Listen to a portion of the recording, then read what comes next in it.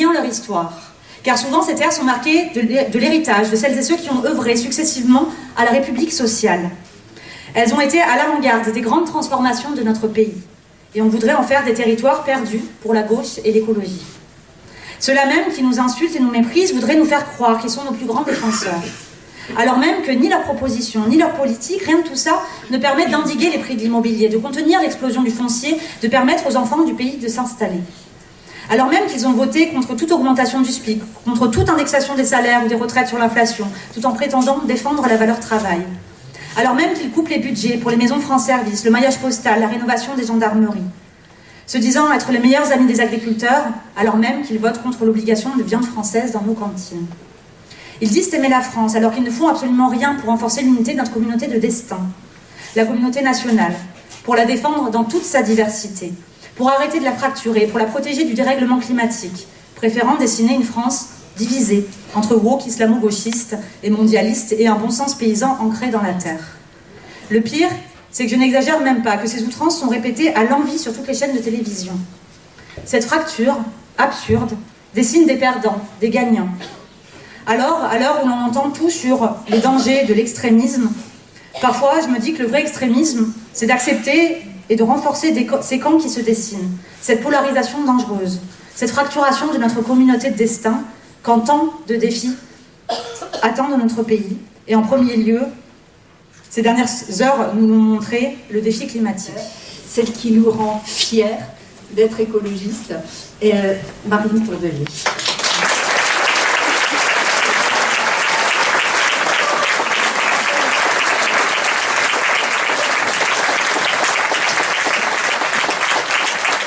Ça y est, les femmes ont pris le contrôle de ces universités de la ruralité.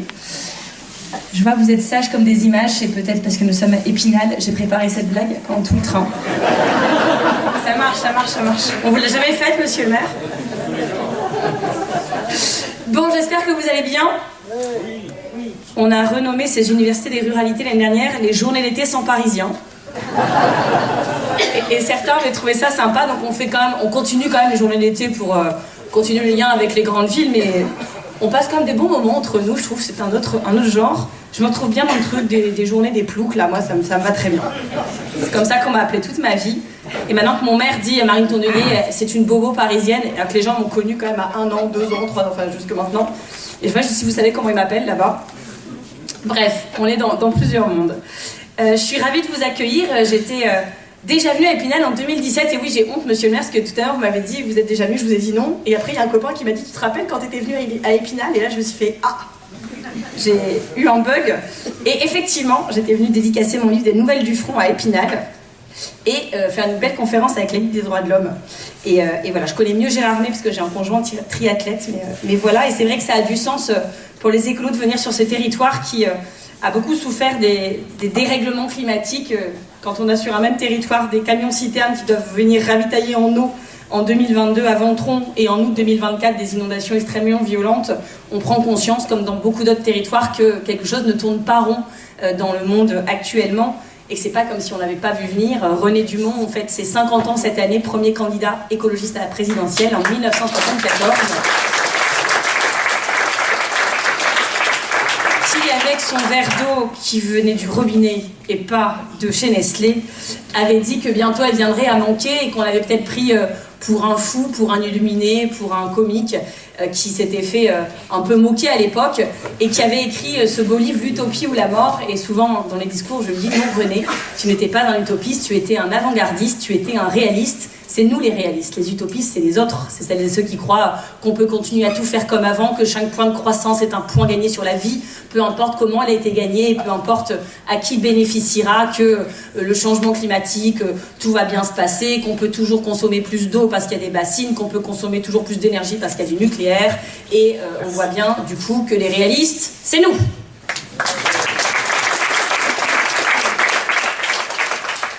Merci beaucoup Marie Pochon d'avoir inventé ce concept de journée des ruralités. J'avais tellement aimé, Adi, tu te rappelles, l'année dernière, je suis revenue en vacances la semaine d'après avec mon fils, on a fait des randonnées, tout ça. J'avais lu sa circonscription, la plus belle circonscription des députés écolos. J'ai pas fait toutes. Et c'est vrai que j'étais arrivée sur un marché, tout le monde disait « Ah, les écolos, super !» et tout. Je m'étais dit « C'est bizarre, je suis pas du tout habituée chez moi. » Et du coup, j'étais revenue en vacances. Voilà. On s'était fait plein d'amis. C'est aujourd'hui les vacances scolaires, je peux revenir à tout moment, méfie-toi. Ce qui est bien avec Sud Université des Ruralités, c'est que moi, j'ai organisé, vous savez, les journées d'été des écolos pendant des années. Pourquoi ? Parce que ça me faisait du bien au moral, parce que je pense que le moral des troupes c'est important, vu tous les combats qu'on a à mener, qui ne sont pas toujours simples, même si on passe des bons moments comme militants, il y en a aussi des plus compliqués, il faut se le dire. Là je vois que Benoît se rappelle de quelques déplacements avec moi. Je vois peut-être Annick dans la salle aussi qui a fait le Lot-et-Garonne avec moi, avec mes amis de la coordination rurale, avec Hélène aussi, qui nous ont poursuivis pendant 48 heures, pour démontrer qu'on n'était pas bien accueillis dans la ruralité. Mais ce qu'ils ont fait démontrait rien de la ruralité, ça démontait les méthodes d'extrême droite. Parce que c'était vraiment des gens d'extrême droite qui nous poursuivaient. Et la presse avait titré « Les chasses à la femme ». Et donc ils avaient expliqué que j'avais survécu les 24 premières heures et ils faisaient tout mon parcours prévu dans la journée, donc c'est bien en plus de mettre toutes les étapes dans le journal, et en disant arriveront-ils à la rattraper ? J'estime que là où vous militez, le parti doit faire 2 fois plus pour vous. Parce que quelque part, il y a des gens qui sont dans des grands groupes, dans des grands collectifs, qui gèrent des grandes collectivités, qui ont des moyens d'action. Moi, j'ai un copain là qui me remerciait en me disant il y a plein de nouveaux adhérents. Il disait moi dans mon groupe on était 1 et maintenant on est 5. Et il me disait vraiment alors là l'univers s'ouvrait devant lui pour les municipales. Et donc je sais à quel point quand on est dans les territoires difficiles, moi c'est pour ça que je me suis engagée au niveau national, c'est que vous voyez bien à Hélène-Beaumont, je faisais une journée de porte-à-porte, j'avais peut-être fait 40 portes, il y en a peut-être, c'est les 40 qui s'ouvraient. Et je sais pas, je convainquais peut-être 2 personnes à la fin et encore peut-être que quelqu'un repassait derrière moi. Et je me disais, ceux qui passent à la télé, déjà ils rentrent dans tous les salons par leur écran de télé. Et puis surtout, je me suis rapidement rendu compte que sans un parti bienveillant, aidant, j'aurais pas été très très loin. Et sûrement je serais plus là, je serais encore vivante, rassurez-vous. Mais je ferais plus de politique. Donc oui, on doit vous soutenir, on doit vous former. Et je remercie toutes celles et ceux qui vont vous dispenser des formations par les ateliers, qui vont vous aider aussi à réfléchir, à avoir des idées pour chez vous. La convivialité, c'est important, mais ça a très bien commencé ce soir. J'ai appris la danse, comment ça s'appelait déjà ? Ouais, alors apparemment c'était pas la bonne musique, il y a des gens qui m'ont dit je vais t'apprendre, je dis je comprends pas parce qu'en fait je sais pas le faire, donc je comprenais rien, mais j'ai essayé de le faire et vous m'expliquerez mieux demain soir. Et puis vous dire aussi qu'on vient avec une idée très très pas discrète derrière la tête avec Olivier Bertrand qui est délégué aux élections, c'est de vous aider à préparer les municipales, parce que j'en ai marre qu'on me dise ah mais vous les écolos c'est dans les grandes villes. Déjà c'est faux. Alors oui, on est hyper fiers d'avoir des maires écolos à Strasbourg, à Grenoble, à Bordeaux, à Poitiers, etc. Et à Lyon. Et à chaque fois, je teste, parce que comme tout le monde commence toujours par Lyon, moi je fais la discrimination positive, toutes les autres villes. Et donc, oui, il y a des maires dans les grandes villes, et on est hyper fiers que tous les jours, ils changent la ville et ils changent la vie de millions de Françaises et de Français. C'est une immense fierté. Mais c'est pas nous qui décidons de parler que d'eux, c'est la presse. Bah oui, parce que c'est des villes déjà que tout le monde connaît, c'est des maires que tout le monde connaît, mais il faut pas oublier qu'il y a plus de 100 maires écolos en France, et que moi quand je vais à Luc-sur-Aude, 200 habitants, et que le maire écolo qui est VP de l'association des maires ruraux de France me montre que quand on est maire dans une ville de 200 habitants, c'est-à-dire avec entre 0 et 1 salarié à la mairie pour vous aider, et qui fait un tas de projets hyper innovants qui inspirent d'autres villes dans toute la France. Je suis hyper fière quand je suis allée à Naves en Corrèze, à Auray en Bretagne, je ne vais pas toutes vous les faire, mais franchement c'est la classe quoi, ce que font nos maires écolos dans la réalité, et on a bien compris que si nous n'en parlait pas, personne n'allait le faire à notre place. Donc qu'est-ce qu'on va faire maintenant ? On va en parler. C'est faire 2 choses en même temps quand on est des femmes. Et je pense que c'est pas juste ça, je pense que tout le monde sait qu'on peut le faire, et c'est d'ailleurs ce que vous faites au quotidien. Donc ce débat-là, faut même pas rentrer dedans et essayer de l'avoir entre nous. Faut le renier, ce débat il n'existe pas, c'est absurde. Et nous, on doit trouver comment on fait cette écologie indivisible et comment on porte des messages peut-être différemment sur certains territoires. Évidemment qu'il y a des sujets qui intéressent plus certains territoires que d'autres. Évidemment que sur un même objectif, ça s'applique en termes de politique publique différemment selon les territoires sur lesquels on évolue. On le sait, enfin voilà, on a compris depuis longtemps. Et donc c'est maintenant à nous de jouer. Je voulais vous dire un petit mot de Michel Barnier. Sans transition. Ah, vous n'étiez pas prêts. Parce qu'on l'a vu hier avec Guillaume Gontard. Est-ce que tu as passé un bon moment, Guillaume ? Super, Guillaume s'en est pas encore remis. On était avec Cyril Châtelain, donc en tant que présidente du groupe à l'Assemblée nationale, et avec Guillaume Gontard en tant que président du groupe au Sénat. Et on est allé voir Michel Barnier. Pourquoi ? Parce qu'on n'est pas d'accord sur plein de trucs avec lui, mais premièrement, la pire des choses possibles en démocratie serait d'entrer dans l'incommunicabilité. C'est-à-dire qu'on soit même plus capable d'être dans la même pièce pour se dire que là-dessus on est d'accord et que là-dessus on n'est pas d'accord. Deuxièmement, Parce qu'on m'a quand même expliqué depuis 3 semaines, un mois et demi, que c'était le Premier ministre le plus écologiste de l'histoire de la Ve République. Il faut dire que la barre n'était pas très haute. Il faut dire aussi que je pense que les journalistes ont très envie de raconter l'histoire des écolos qui sont jamais contents et qui sont sectaires. Donc ils disent alors Monsieur Barnier, alors maintenant vous êtes content quand même. Bah alors vous n'êtes jamais content. Et surtout, vous vous rappelez qu'il a dit le mot dette écologique. Et il a dit un mot, vous pourriez l'applaudir, il a dit le mot dette écologique, et donc tous les journalistes disent alors là quand même il a dit dette écologique, vous êtes contents maintenant les écolos?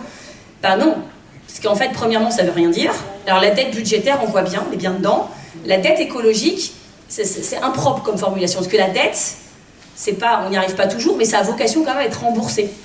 La dette écologique, c'est quand même plus compliqué. Les points de réchauffement climatique qui sont entérinés, on ne pourra pas retourner en arrière. Les espèces qui disparaissent de la surface du globe, on ne va pas les ressusciter. Jurassic Park, parce que ça ne marche pas en vrai. Et voilà, tout cet emballement climatique, ces crises, cet effondrement, on aura beaucoup de mal à l'endiguer. On le sait, les limites planétaires, elles sont irréversibles. Une fois qu'elles sont franchies, c'est trop tard. Donc, on a expliqué à M. Barnier que la dette écologique, ça ne voulait rien dire. Et surtout, je veux bien croire qu'en 1993, il nous a beaucoup parlé de 1993, de 1982, de 1962, même un moment. Et là, on les avait... Et à chaque fois, il disait là, vous étiez pas nés. On dit, ah là, c'est de moins en moins. Plus on remonte avec Cyrielle, on était perdus. Mais on lui a dit qu'effectivement, en 1993, s'il avait dit le mot dette écologique, ouais, là, ça aurait été super moderne. On aurait fait, waouh, un concept et tout, on va l'explorer. Mais on est en 2024. Et donc en 2024, c'est plus une question de mots, c'est une question de politique. Et que c'est pas parce qu'il a dit dette écologique, et parce que que ces solutions sont des solutions. Toutes les solutions qu'il nous a données jusqu'à présent dans son discours de politique générale, c'est quand même plutôt des problèmes que des solutions. Parce qu'il dit dette écologique, mais il dit Lausanne, on va arrêter pour faire des logements, on va calculer l'impact des éoliennes, et c'était pas l'impact sur la production d'énergie renouvelable, si vous voyez ce que je veux dire. Il nous en a fait comme ça toute une série, et on se disait, ouais, on n'est quand même pas rendu. Et puis, on a vu son budget. Et là, on a été vraiment pas très déçus du voyage, puisqu'il retire 137 millions pour la biodiversité, qu'il retire 500 millions pour l'électrification des flottes électriques, qui retire, c'était 1 milliard sur ma prime rénov', ça s'appelle comme ça. Je dis j'économise, j'éco-rénov', mais ça c'était Jean-Marc Ayrault. Là maintenant c'est ma prime rénov'. J'ai essayé de faire, ça fait 3 ans, je suis complètement traumatisée par ce dispositif. C'est rien que ça, j'ai du mal à en parler. Donc 1 milliard en moins. Et puis sur les fonds verts, 60%. 60% en moins, c'est 1,5 milliard en moins. Et donc, voilà, on peut dire dette écologique. Vous savez, c'est comme Bruno Le Maire. Il a parlé de la dette, de la dette, de la dette. Plus l'on parlait, plus l'on creusait. Et bien là, le Barnier, c'est pareil avec la dette écologique. Donc on lui a dit, on doit admettre qu'on a été bien reçu. Il n'arrêtait pas de dire, je suis ouvert. Il a tout noté. Il avait imprimé nos documents avant qu'on lui donne, tous nos amendements du PLF, tout ça. Il avait tout annoté. Franchement, ça, on était bien sûr. Et à chaque fois, il dit oui, ça, je suis ouvert, je vais rééquilibrer. Ça, je suis ouvert, je vais rééquilibrer. Donc à un moment, on fait, mais le budget se fait devant nos yeux ou quoi? Et il dit, non, mais à ma décharge, j'ai eu que 2 semaines. Et donc là, on a dit, ah, bah ça, on n'a pas arrêté de le dire tout l'été. Que moi, on nommait quelqu'un, parce que vous vous rappelez, Macron, il a quand même dit, non, mais là, c'est vraiment irresponsable, arrêtez de me presser. En juillet-août, c'est irresponsable de nommer un gouvernement. Ah bon, bah pourquoi t'as fait une dissolution en juin alors? Toi, tu dissous en juin, et après en juillet, août, tu dis ah non, là on peut pas changer de gouvernement, c'est impossible, c'est l'été. Bah oui, ok. Et après on est en septembre, et après Michel Barnier n'a plus que 15 jours pour faire son budget, donc il le fait en direct avec nous dans son bureau.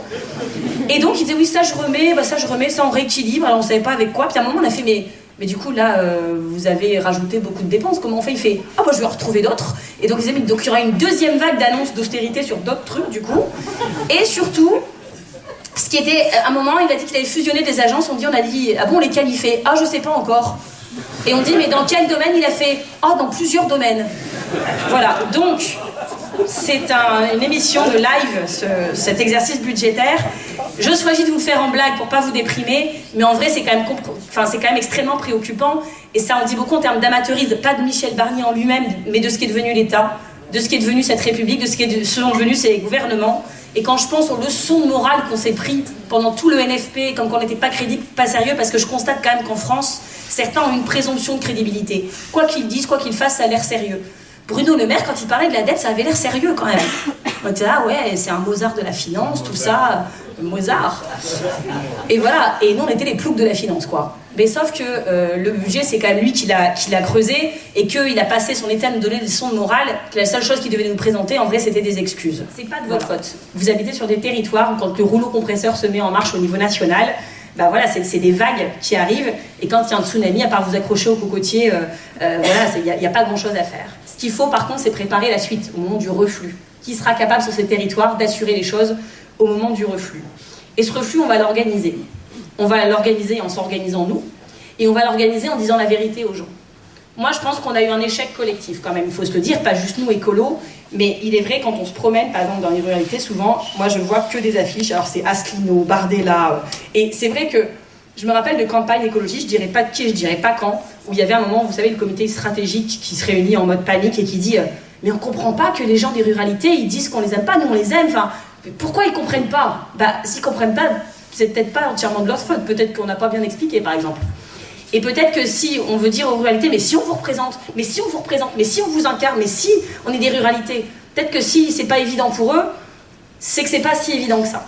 Et je pense que ça n'était pas si évident que ça. Parce que je disais souvent, avant d'être secrétaire national, je regardais la télé et je disais, bon bah 90% du temps de parole des écolos au niveau national, c'est des gens qui sont de très bons écolos, que j'aime beaucoup, mais qui habitent dans le triangle d'or de l'écologie, Bastille, République, Belleville. Ça n'en fait pas de moins bons écolos que nous. Ce sont de très bons écolos. Mais quand vous habitiez ailleurs en France, vous étiez en droit de ne pas vous sentir représenté tout à fait par la parole des écologistes à la télé. Et donc, bon, moi je viens du bassin du minier du Pas-de-Calais, c'est encore un autre délire, mais je pense que c'est hyper précieux que Benoît Biteau, tu sois passé beaucoup à la télé pendant la crise agricole et ensuite. Merci Benoît pour les ruralités. Je pense que le travail que fait Marie Pochon est précieux aussi pour ça, d'incarner les ruralités écologiques. Je pense que le travail que fait Jérémy Ordanov dans le Puy de Grigny-Vaudan est important. Il nous faut des incarnations écologistes, tout comme il nous faut des incarnations des quartiers. Sinon, on ne peut pas reprocher aux gens de dire « ah bah ils ne nous représentent pas bah, ». S'ils pensent, c'est peut-être qu'on ne les représente pas vraiment. Et donc, on va les représenter mieux. Et puis, on va expliquer la vérité au RN, enfin aux électeurs du RN. Moi, j'aime bien l'image de Bernard Tapie, c'est la seule image sur laquelle je le cite d'ailleurs, c'est qu'il y a une croûte d'électeurs RN, 5-6%, peut-être 10%, maintenant que CNews passe en continu et à libre service sur la TNT, mais il y a ce noyau raciste, homophobe, sexiste, xénophobe, tout ce que vous voulez. Et puis il y a les autres. Et les autres, c'est ceux qui décrochent. C'est ceux qui se retrouvent dans la voiture balai de la société. Je dis ça sans préjugé. Moi, en trail, j'ai souvent pratiqué la voiture balai qui était derrière. J'ai dit non, je ne montrerai pas, laissez-moi terminer ma course. Me suivez, j'ai dit arrête, laisse-moi courir. Et il y a un truc comme ça où plus la pente est raide, plus les gens sont nombreux à se retrouver dans la voiture balai. Et oui, le macronisme, c'est raide. Et Barnier, ce sera du macronisme empire et ce sera très très raide. Ça, il faut se le dire. Mais ce qu'il faut aussi dire, c'est que Marine Le Pen ou Bardella qui arrive à convaincre des personnes, très très sincèrement, qui croient que si Marine Le Pen ou Bardella arrivent à l'Élysée ou à Matignon, ils vivront mieux. Ils croient sincèrement. Et on ne peut pas leur reprocher de le croire. S'ils croient, c'est qu'ils ont de raison de le croire. C'est comme ça. C'est des croyances. Mais au moment où Marine Le Pen a eu le choix pour le Premier ministre, parce que c'est bien elle qui a choisi, comme au jeu du cirque, pouce en l'air, pouce en bas, comme Jules César, elle décidait oui ou non pour ce Premier ministre. D'ailleurs, même Xavier Bertrand était trop de gauche pour elle, donc c'est quand même expliqué qu'il y a un petit problème. Elle aurait pu laisser travailler un Premier ministre qui aurait fait le SMIC à 1 600 €, l'abrogation de la réforme des retraites, l'école intégralement gratuite, qui se serait battu pour les services publics. Elle a choisi de dire non, par principe, à tout Premier ministre du NFP. Pourquoi? Par intérêt électoral. Parce que si le macronisme ne continue pas, alors la société s'arrête de décrocher. Parce que si le NFP avait fait vivre l'espoir, avait mis de l'élan, avait mis de la justice, alors le terreau fertile pour le RN se réduisait. Et donc pour des intérêts électoraux, elle a préféré imposer à ses électeurs 2 ans de macronisme empire de plus, et ça il faut le raconter. C'est le message que vous irez porter dans vos ruralités.